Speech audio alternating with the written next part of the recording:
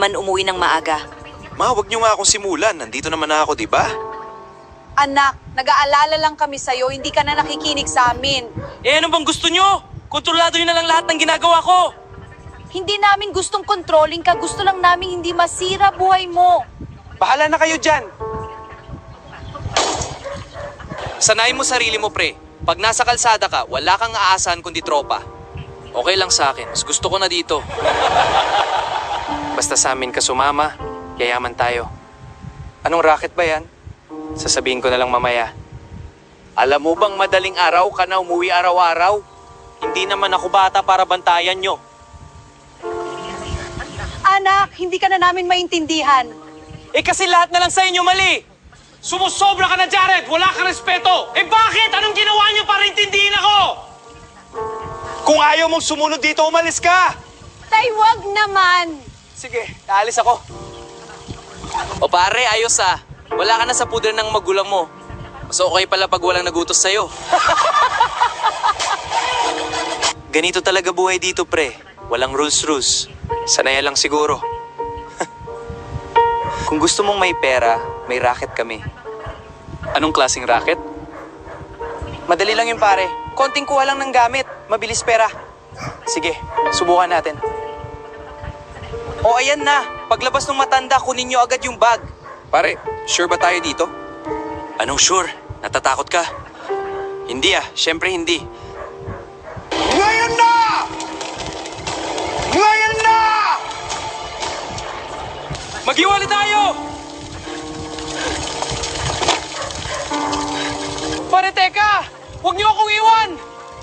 So hindi ko po sinasadya, sir, please.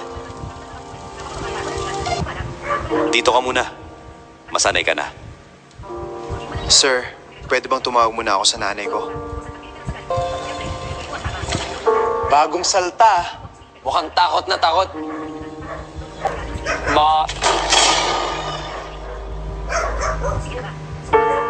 Unang beses mo dito, ano? Opo. Takot na takot ka pa. Sino bang hindi matatakot dito? Mas nakakatakot yung makulong ka habang buhay sa sarili mong kasalanan. Dati rin akong suwail. Hindi ako nakinig sa magulang ko. Hanggang sa puro gulo na lang at galit laman ng buhay ko. Kaya po kayo napunta dito? Hindi yung lugar pinakamabigat na parusa, anak. Kundi yung makita mong ikaw mismo sumira sa pamilyang nagmamahal sa'yo. Alam mo, anak, minsan kahit gaano tayo kalayo, hinihintay pa rin tayo ng Diyos bumalik. Sa dami ng ginawa ko, parang imposible na pong magbago. Walang taong hindi kayang baguhin ng tunay na pagsisisi. Ngayon ko lang na-realize, lahat pala ng ginagawa sa akin ng nanay ko, para din sa akin. Minsan anak, saka lang natin naintindihan pagmamahal nila kapag wala na tayo sa tabi nila. Ang dami kong nasayang. Ang dami kong nasabi sa kanila. Habang may oras pa, pwede ka pa bumawi. Anak, kumakain ka ba ng maayos dito? Ma, pasensya na po. Kahit anong mangyari, anak, mahal na mahal ka pa rin namin. Hindi ko po kayo pinahalagahan.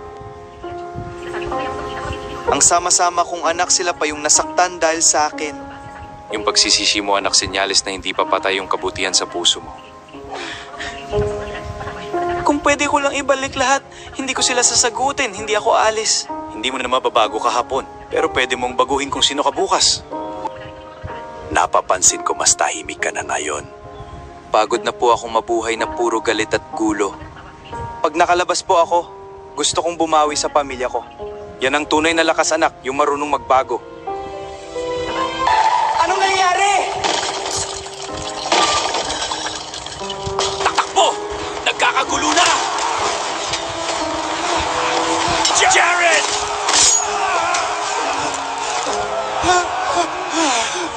Pag nakalabas ka, bumawi ka sa pamilya mo, huwag ka nang bumalik sa dating ikaw. Opo, pangako po. Ma, patawarin niyo po ako. Sobrang sakit po ng mga ginawa ko sa inyo.